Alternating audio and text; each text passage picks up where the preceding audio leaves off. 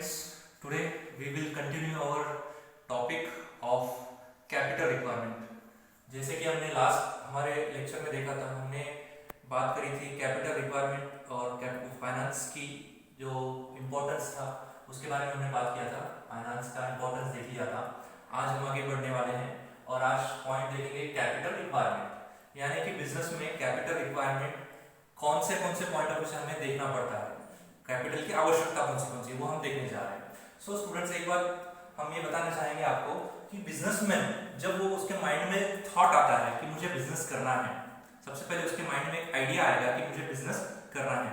तो वो आइडिया आने के बाद वो उस आइडिया को कंसीव करेगा। कंसीव करना मतलब उसको फॉलो करेगा, वो सोचेगा कि बिजनेस कितना प्रॉफिटेबल है, उसकी स्टडी करेगा, प्रोजेक्ट एनालिसिस करेगा। एनालिसिस होने के बाद वो देखेगा कि भैया मेरा बिजनेस प्रॉफिटेबल है, yes I can go ahead. तो फिर वो फर्म एक्शन लेगा, स्ट्रॉन्ग एक्शन लेगा और पैसा रेज करने की कोशिश करेगा। सबसे पहले वो बात करेगा कैपिटल की, क्योंकि उसको बिजनेस के लिए क्या चाहिए रहेगा, कैपिटल। बिजनेस में उसको लाना पड़ेगा फंड्स। तो कैपिटल रिक्वायरमेंट की नीड वहां से स्टार्ट हो जाएगी जब उसे पता चल चुका है कि हाँ भाई अब मैं ये बिजनेस करने वाला हूं and it is sure 100% I am going to continue with this particular idea of business. तब वहां से कैपिटल की थिंकिंग करना वो स्टार्ट करेगा। तो वो क्या सोचेगा कि मुझे कैपिटल कहां से लाना है, सोर्सेज ऑफ कैपिटल कौन से हो सकते हैं, कितने समय के लिए मुझे पैसा चाहिए, ये सब वो प्लानिंग करेगा। इसे हम कहेंगे फाइनेंशियल प्लानिंग। और उस फाइनेंशियल प्लानिंग के बाद वो उतरेगा एक्चुअल वर्किंग में, यानी कि हम बोलेंगे कि इंप्लीमेंटेशन ऑफ बिजनेस आइडिया वो तब करेगा। ठीक है, तो गाइस हम देखेंगे कैपिटल रिक्वायरमेंट में हमें दो प्रकार के कैपिटल हैं जिनकी हमें बिजनेस में आवश्यकता होती है। पहला कैपिटल होता है फिक्स्ड कैपिटल और सेकंड है वर्किंग कैपिटल। तो आज हम बात करेंगे सिर्फ फिक्स्ड कैपिटल के बारे में। सो गाइस, फिक्स्ड कैपिटल क्या होता है, नाम में ही मीनिंग छुपा हुआ है। फिक्स्ड कैपिटल ये ऐसा कैपिटल होता है जो पर्टिकुलरली बिजनेसमैन को एक लंबे समय तक के लिए लगने वाला है। हमेशा पैसा बिजनेस में लटका या अटका के रखा जाएगा। ये कैपिटल, जैसा मैंने यहाँ पे लिखा है, permanent in business. Fix capital हमेशा बिजनेस में परमानेंट होता है। जैसे कि आप कहिए एसेट्स खरीदते हो, फिक्स कैपिटल से आप मोस्टली क्या करोगे, एसेट्स खरीदोगे, बिजनेस में एसेट्स एक्वायर करोगे और उन एसेट्स को बेचने के लिए या रीसेल पर्पस के लिए नहीं रखोगे, बल्कि प्रोडक्शन करने के लिए या बिजनेस चलाने के लिए लॉन्गर टाइम के लिए रखोगे। तो ये होता है फिक्स्ड कैपिटल, जो हमारे बिजनेस में ऐसा पैसा, फिक्स्ड कैपिटल यानी कि जो हमारे बिजनेस में लंबे समय तक रहेगा, मैक्सिमम पीरियड के लिए हम रखते हैं और इसका पर्पस बिजनेस रन करने के लिए होता है, ना कि रीसेल करने के लिए। ओके, ये बात आप ध्यान रखिएगा। वर्किंग कैपिटल के बारे में हम अगले सेशन में बात करेंगे। सो गाइस, आज देखना है हमें कौन से ऐसे फैक्टर्स हैं जो अफेक्ट करते हैं फिक्स्ड कैपिटल को। Factors affecting fixed capital. Okay, तो हमेशा हमें कई सारे पॉइंट्स आप देख रहे हो कि बोर्ड पर लिखे हुए हैं, तो हम one by one in points को गो थ्रू कर लेंगे। Let us start with first point, nature of business. So guys, business का नेचर कैसा है उसके ऊपर भी डिपेंड करता है कैपिटल का क्वांटिटी, क्वांटम या उसकी लेंथ, कितने समय तक के लिए आपको कैपिटल चाहिए।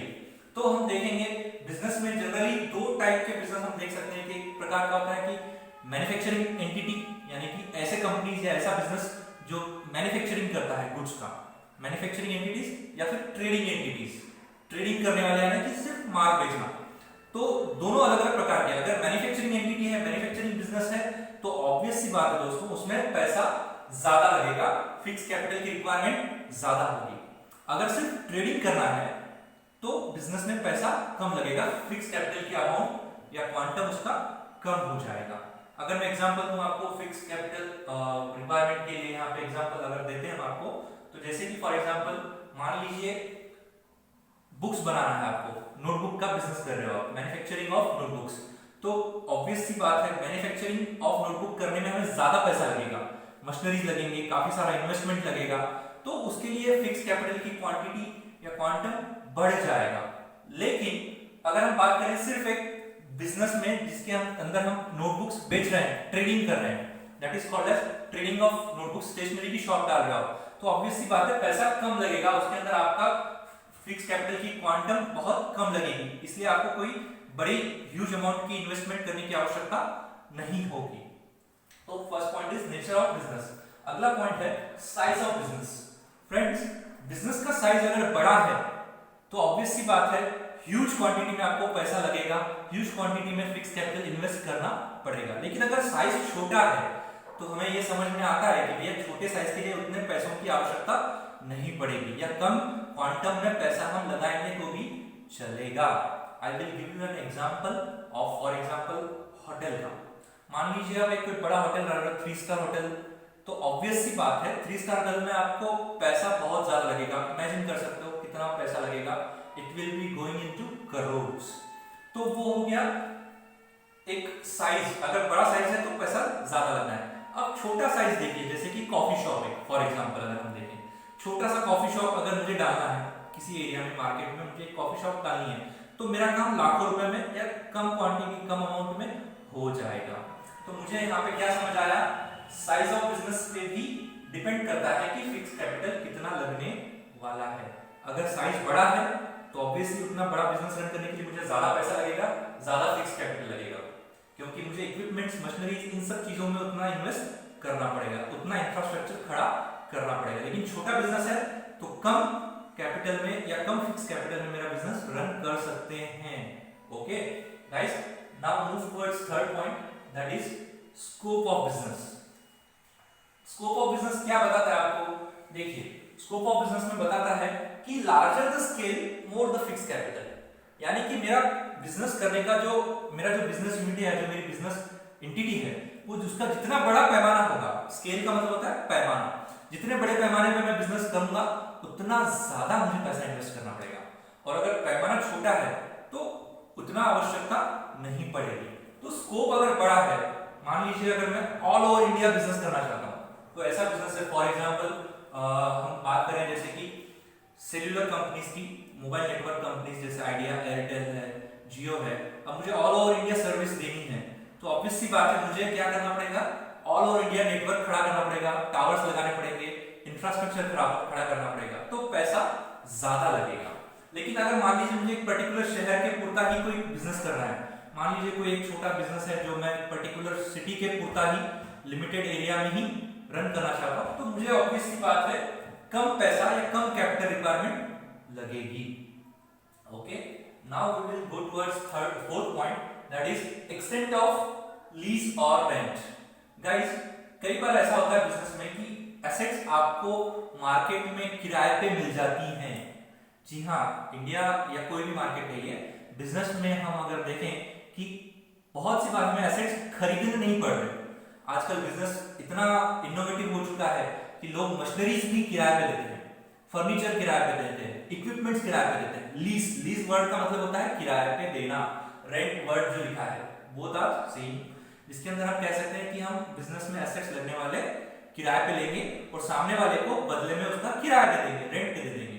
तो हमें एसेट्स खरीदना पड़ा क्या? नहीं, पूरा एसेट खरीदने की इन्वेस्टमेंट नहीं करनी पड़ी, यानी कि हमारा कैपिटल का इन्वेस्टमेंट कम हो गया। तो जिसकी वजह से हम कह सकते हैं कि अगर लीज पे एसेट्स लेते हो आप, तो ऑब्वियस सी बात है फिक्स कैपिटल कम लगेगा। वही अगर आप परचेस करोगे तो definitely you will have to invest more money, more capital. Okay, now we will continue our next point, that is arrangement of sub contract. Sub contract मतलब कुछ नहीं, आपका बिजनेस आप किसी और को दे रहे हो करने के लिए, या उसका कोई एक प्रोसेस या कोई एक ब्रांच आपने किसी और को करने के लिए दे दी, या कॉन्ट्रैक्टिंग करी, सब कॉन्ट्रैक्टिंग हैंड ओवर कर दिया किसी को कि भैया ये पर्टिकुलर काम है, ये आप कर लीजिए। तो मेरा कॉस्ट ऑफ कैपिटल या मेरे को जो खर्चा करना पड़ेगा उस पर्टिकुलर प्रोसेस को चलाने के लिए, वो कम हो जाएगा। जैसे कि मैं आपको बताता हूँ, प्रैक्टिकल एग्जांपल ऐसा है कि कई सारी हम लोग ऐसा कह सकते हैं कि ये जो सेल्यूलर कंपनीज हैं, networking companies, mobile companies, Idea, Jio, Airtel वगैरह वगैरह, ये जो अपने कस्टमर केयर के लिए जो रखते हैं सुविधा, फैसिलिटी प्रोवाइड करते हैं, ये खुद नहीं करते, इन लोगों ने कॉल सेंटर्स को काम दे दिया है। तो कॉल सेंटर वाले जो लोग, आप लोग जिनसे बात करते हो, कई बार आप कंप्लेंट करते हो कि मेरा डेटा स्लो चल रहा है, कॉल का कनेक्शन का प्रॉब्लम है वगैरह वगैरह, तो वो कॉल कहाँ जाती है? आपकी कॉल सेंटर में जाती है। तो वो कंपनीज क्या करती हैं? कॉल सेंटर वाले को पैसा दे देती है। तो वो कंपनीज को कॉल सेंटर खड़ा करने की जरूरत नहीं है, तो उनका इन्वेस्टमेंट उस कॉल सेंटर के लिए नहीं कॉल सेंटर में पैसा इन्वेस्ट करने की आवश्यकता नहीं पड़ी। तो उनका जो उसको हम बोलेंगे सब कॉन्ट्रैक्टिंग, या हम ऐसा भी कह सकते हैं सब कॉन्ट्रैक्टिंग के लिए एक और वर्ड है, जैसे कि आप आउटसोर्सिंग कर रहे हो, काम किसी को आउटसोर्स कर दिया जाता है। तो उस टाइम पे हमारा पैसा इन्वेस्टमेंट कम हो जाता है, उस टाइम पे हमें इन्वेस्टमेंट की आवश्यकता कम पड़ती है फिक्स कैपिटल में। अगला point, acquisition of old assets. Guys कई बार बिजनेस में हम देखते हैं कि भाई हमारे पास उतना फंड अवेलेबल नहीं है, हमारी फाइनेंशियल पोजीशन थोड़ी सी कमजोर है, तो उस सिचुएशन में हम ऐसा भी कर सकते हैं कि बिजनेस रन करने के लिए हमारे पास हम मार्केट से पुराने मशीनरीज, पुराने इक्विपमेंट्स प्राप्त कर सकते हैं, जिससे क्या होगा कि कॉस्ट कम लगेगी, इन्वेस्टमेंट कम हो जाएगा। एक मशीनरी जिसकी कीमत अगर मैं फ्रेश खरीदने जाऊं मार्केट में तो मुझे 10 लाख की मिलेगी, वही अगर मैं सेकंड हैंड परचेज करता हूं तो मुझे 1-2 लाख में, 3 लाख में मिल जाएगी। तो मेरा यहाँ पे बचा हुआ 7 लाख रुपया क्या हो गया, मेरा सेव हो गया। दैट मीन्स कि मेरा फिक्स कैपिटल का क्वांटम कम हो गया। तो डिपेंड करता है बिजनेसमैन पे कि अगर वो पुराने एसेट्स के साथ काम चला सकता है क्या, अगर हाँ तो उसको डेफिनेटली कैपिटल कम लगेगा, अगर वो नया कैपिटल लेगा तो डेफिनेटली उसको पैसा ज्यादा लगेगा। अगला point, acquisition of assets on concessional rate. Guys concession word का मतलब होता है सुविधा, छूट, एक प्रकार का डिस्काउंट। मार्केट में आपको बताते हैं गवर्नमेंट ऑफ इंडिया या गवर्नमेंट ऑफ महाराष्ट्र या अलग अलग स्टेट की गवर्नमेंट क्या करती है, बिजनेसमैन को, एंटरप्रेन्योर को प्रमोट करने के लिए, उसको मोटिवेट करने के लिए बोलती है कि भैया आप बिजनेस करो, आप बिजनेस को करने में आपको कोई भी प्रॉब्लम आ रही होगी, एसेट्स खरीदने में, इंफ्रास्ट्रक्चर रेस करने में, तो हम आपको वो एसेट्स प्रोवाइड करेंगे एट अ कंसेशनल रेट, यानी कि कम कीमत पर। फॉर एग्जांपल अगर कोई मुझे मशीन चाहिए, अगर वो मार्केट में मुझे मिल रही है 5 लाख रुपीस में, तो गवर्नमेंट क्या बोलती है, आपने बिजनेस किया, आप बिजनेस करना चाहते हो, आपका आइडिया अच्छा है, तो हम आपको वही मशीन कम रेट में अवेलेबल करा के दे देंगे, बहुत कम रेट में, यानी कंसेशनल रेट में। तो जिससे क्या होगा, बिजनेसमैन को कम पैसा लगाना पड़ेगा। तो ये कंसेशनल रेट कौन प्रोवाइड करता है, गवर्नमेंट। तो ये डिपेंड करता है कि अगर आपको एसेट्स कंसेशनल रेट में मिल जाते हैं तो, अगर नहीं मिलते हैं तो आपको ऑब्वियसली नए मशीनरीज या नए इक्विपमेंट्स, नया इंफ्रास्ट्रक्चर खरीदना पड़ेगा, अदरवाइज आप कंसेशनल रेट में भी काम कर सकते हो, कंसेशनल एसेट्स पे काम कर सकते हो। Now next point is international conditions. Guys 8 point कहता है, आप लोग अपने पीडीएफ में देख रहे होंगे, मैं ऐसी उम्मीद करता हूं, और अगर बुक्स खरीद लिए होंगे तो बहुत अच्छी बात है, नहीं तो पीडीएफ में देखिए प्लीज। पॉइंट नंबर 8 क्या कहता है, इंटरनेशनल कंडीशंस।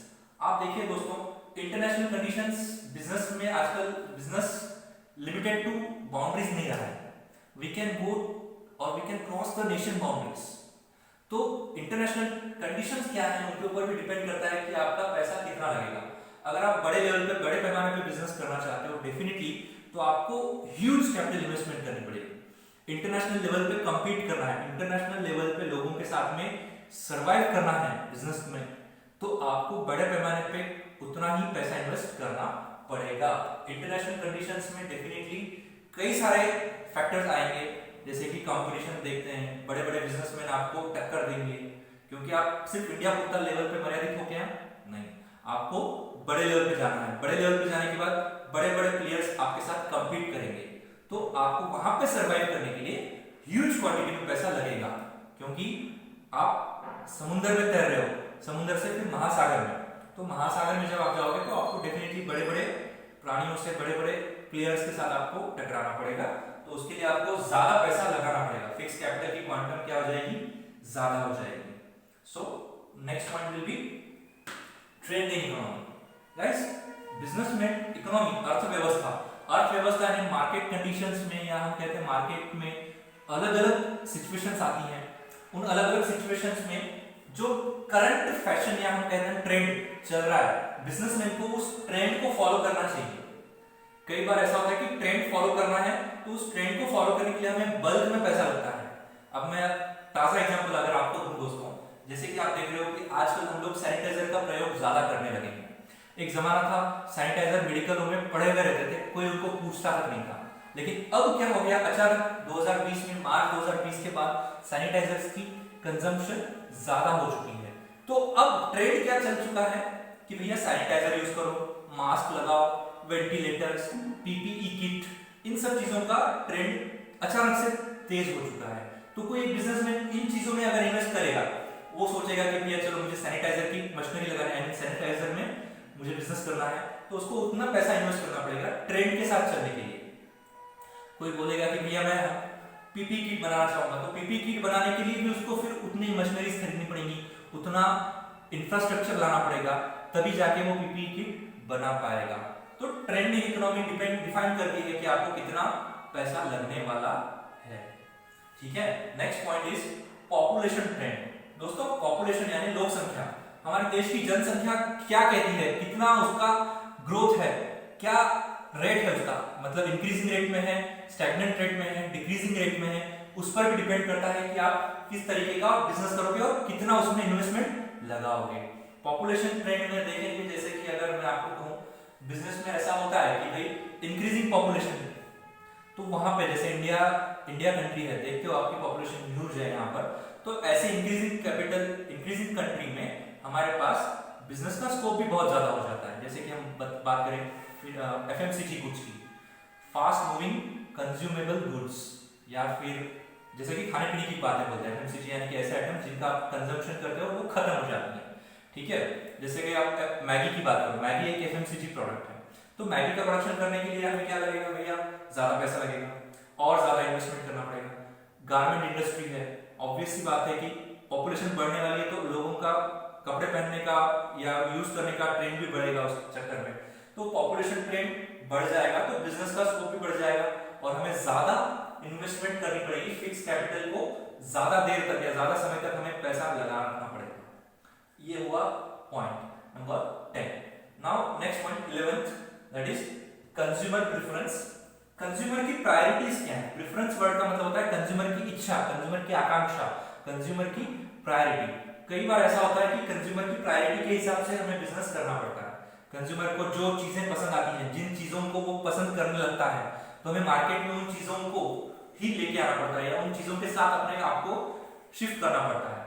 जैसे कि एक जमाना था, पहले आप देखते हो कि सादे मोबाइल फोन हुआ करते थे जो बटन वाले होते थे, कीपैड वाले फोन। नोकिया ने बहुत ज्यादा उसमें कमाया था, नोकिया एक किंग था उस जमाने में। लेकिन समय के साथ साथ एंड्रॉइड फोन आ गए। अब आज की डेट में आप देखते हो कि लोग प्रिफर क्या करते हैं, smartphones and Android phones prefer करते हैं। तो कंज्यूमर प्रेफरेंस में हम आप देखते हैं कि भाई आज अगर कोई कंपनी बिजनेस करना चाहती है, मोबाइल फोन लॉन्च करना चाहती है, तो उन्हें अपने आप को क्या करना पड़ेगा, ऐसी टेक्नोलॉजी देनी पड़ेगी, ऐसे मोबाइल देने पड़ेंगे जिसके अंदर बहुत सारे फीचर्स हो। कंज्यूमर तभी आपको प्रिफर करेंगे, और कंज्यूमर आपको प्रिफर करे इसके लिए आपको उतनी सारी सेवाएं देनी है, तो आपको पैसा भी उतना सारा लगाना पड़ेगा, उतनी ज्यादा क्वांटिटी में आपका पैसा इन्वेस्ट हो जाएगा। तो फैक्टर्स अफेक्ट करते हैं फिक्स कैपिटल को। ठीक है, फिर अगले पॉइंट की ओर बढ़ते हैं, कॉम्पिटिटिव फैक्टर्स। दोस्तों मार्केट में आप जानते हो हर चीज में, हर क्षेत्र में आज कंपटीशन है, कोई ऐसा फील्ड नहीं बचा जिसमें कंपटीशन नहीं है। तो जो कंपटीशन चल रही है, कंपटीशन में अगर अपने आप को सर्वाइव करवाना है हमें, तो ऑब्वियस सी बात है उन फैक्टर्स को भी हमें ध्यान में रखना पड़ेगा। हमारा कंप्यूटर क्या कर रहा है, अगर कंप्यूटर हाई टेक्नोलॉजी यूज कर रहा है, तो मैं पुरानी टेक्नोलॉजी या आउटडेटेड टेक्नोलॉजी के साथ काम नहीं कर सकता। मुझे भी क्या करना पड़ेगा, ऑब्वियसली अपने आप को नए टेक्नोलॉजी पे शिफ्ट करना पड़ेगा। अब नई टेक्नोलॉजी पे मुझे शिफ्ट करना है, तो मुझे क्या चाहिए रहेगा, फंड्स, कैपिटल। तो ये डिफाइन करता है दोस्तों कॉम्पिटिटिव फैक्टर क्या कहता है कि कंपटीशन में जैसे ही आप बिजनेस कर रहे हो, तो कंपटीटर के पॉइंट ऑफ व्यू से भी सोचना पड़ेगा। अगर कंपटीटर आपसे आगे जा रहा है, तो आपको उसको बीट करने के लिए या उस कंपटीशन में सर्वाइव करने के लिए उसी रफ्तार से, उसी इफिशियंसी के साथ दौड़ना पड़ेगा। तो कॉम्पिटिटिव फैक्टर भी आपको काफी अफेक्ट करते हैं बिजनेस में पैसा लगाने के लिए। सो गाइस, ये आपने देखा कॉम्पिटिटिव फैक्टर्स किस तरीके से हमें असर डालता है हमारे कैपिटल रिक्वायरमेंट पे। So we have finished this point my dear friends, factors affecting fixed capital. आप लोग इसे रीड कीजिएगा, एंड अगर आप लोगों को कोई डाउट रहेगा या कोई पॉइंट में आपको कंफ्यूजन है या और क्लैरिटी चाहते हो, तो आपके पास मेरा नंबर है, you can directly call me, we can consider your problems on phone और WhatsApp, and then we will clarify your doubts. So we will stop today, okay.